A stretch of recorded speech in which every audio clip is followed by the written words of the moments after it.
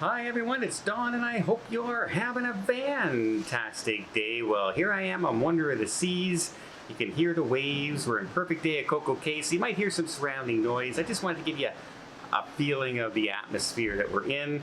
A couple news stories today about a whole bunch of passengers who flew to get on their cruise, and because of one little thing they forgot to do, and in fact they didn't even know to do it, their whole cruise is canceled and they've spent thousands of dollars. Plus, we have a case of, a less than 1 year old being kicked off a cruise ship.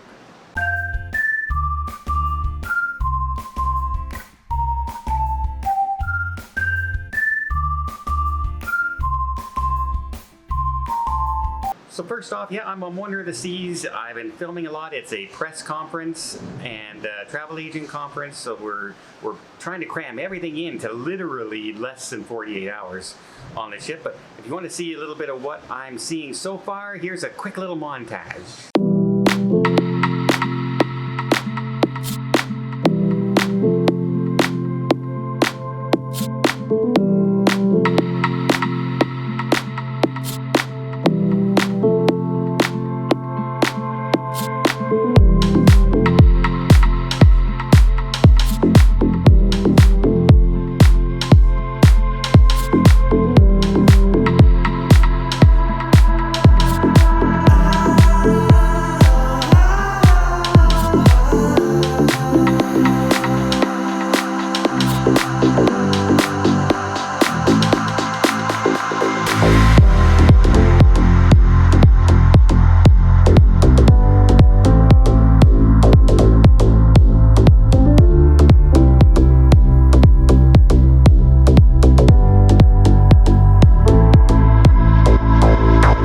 Okay, now in today's news stories, we'll talk of the first one where a whole pile of passengers were getting on a Princess cruise ship and they're getting ready to sail to South America, and hey, this is going to be a great trip and it looks great, and oh, by the way, you can't get on the cruise ship.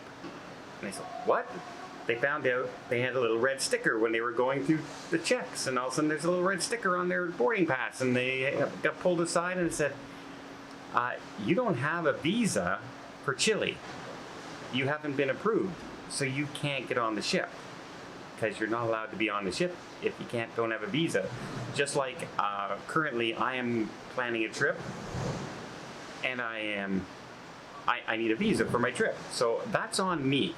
That's 100% on me to find out what I need for my trip. So if you're on a cruise that's going to multiple countries, make sure what you need is there. I went on a Japanese cruise, didn't need a visa, just needed my passport, but guess what? We were leaving out of Singapore, where I did need a visa. So the cruise said, no, you don't need one to get on into Japan and everything, but the country I was leaving from needed a visa. So it's always good to really double check. Go in and check your country's status with that country. Now, pre-pandemic levels, Australians did not need to have their passport was fine, but since the pandemic they've instituted this visa process in Chile, and so they didn't have it. So about 40 passengers, I'm told, on this cruise, all from Australia, couldn't get on the cruise, all because they didn't have that. And the cruise line can't do anything about it. They're like, but from what I'm told, it's Princess Cruise Line. They are trying to work with the clients and contact them and want to make it good on it, and maybe sail again on a different booking, that kind of thing. So hopefully these people aren't out their money. But if you look at your cruise contract, the cruise line's under no obligation to provide you with paperwork, right? It's always on us. Even your travel agent is not responsible for your paperwork. They do their best. They will try and inform you as best of their knowledge, but not every travel agent has been to Chile, has been to Hong Kong, has been to Africa. They don't necessarily know all the processes for your booking. And so it's always on us to double check. And you can just simply Google, do I need a visa going from Australia to here, or from Canada to here, or from the United States to here. And check out the countries on your itinerary. Now, if you're going to the Caribbean and you're in the United States, you're usually pretty good. But for other countries, the UK, Asia, Australia, things might be different.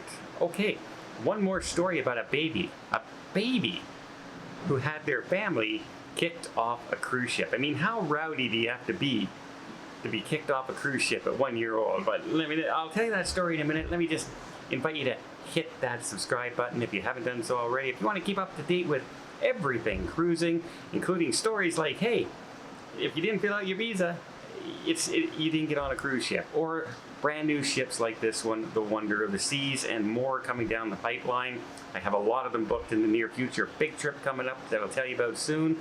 But yeah, just hit the subscribe button. It doesn't cost anything. Just tells YouTube, hey, let's share this video to more people and see if they like it. And again, I would really, really appreciate it. Okay, the story of a 9-year-old who had their family kicked off a cruise ship. Well, we have a family who filled out the paperwork, even downloaded the passport of the baby, and set sail again on a Princess cruise ship. And a couple days into the sailing, the cruise line customer service contacted them and said, your baby's not old enough to cruise with us. The baby was less than 12 months, and a baby has to be over 12 months at the time of sailing to be on a cruise ship with Princess. And they were taken off the cruise ship in the Canary Islands. I know the headline says Africa. It's a bigger headline than Canary Islands. It sounds worse if you say Africa than the Canary Islands. It sounds like a luxury, right? But the father went and posted a video on TikTok and has over 1 million views already, and a lot of the comments out there are saying, how dare Princess, or Princess crazy, it's their fault, it was a computer glitch, it should have been caught, etc., etc., etc., etc. Yes, yes, and yes. And because they were already on the ship, they should not have been escorted off. And here's the touchy situation. They are going on a trans-ocean crossing, for one thing. Secondly, their insurance for covering accidents and people on board and everything starts at 1 year old. It doesn't cover babies, which makes it hard for the cruise line to bring somebody on that could be a liability if anything happened. It could be hundreds of millions of dollars of a lawsuit if you let somebody on your ship who's not supposed to be on your ship. The insurance won't pay for it. The cruise line would be on the hook for it. So that's one of the reasons. And yes, it seems heartless, it seems that, but you got to remember it's a business. And the people on the cruise ship, even the father came out and said, you know what, we really appreciate guest services. They really were working with us, trying to make some arrangements to be able to do this and keep them on the ship. But in final, it turned out to be heads at corporate who had to make the call, and they had to do it without looking at the baby, looking at the family, looking at the situation. They had to look at it from the business aspect, and that was, man, we'd love to just keep them on there and not do anything about it, but if the baby had something wrong, it's less than 1 year old, and something happens to that baby, we're liable. And you can see the logic in that. It seems really, really bad. Now, should this have been caught beforehand? Yes. But as I said in my previous story, it clearly states on Princess website that children must be over 1 year of age at the time of sailing. Doesn't matter if you filled out the paperwork. Doesn't matter that you put in the passport and everything like that. It still says on there very clearly 12 months or older. So it's not just the cruise line's fault. It also has fault to do with the family as well. They should have known, because if I'm sailing with a baby, the first thing I do, am I allowed to sail with a baby? Am I allowed to fly with a 2-week-old baby? Well, you better check that out, right? You just don't assume yes. I'm just going to buy my ticket, and if I can buy my ticket, I should be okay. Not necessarily, folks. It doesn't work that way. Not everything is picked up. There's millions of bookings a day in the cruising industry, and it can slip by. So again, is it heartless?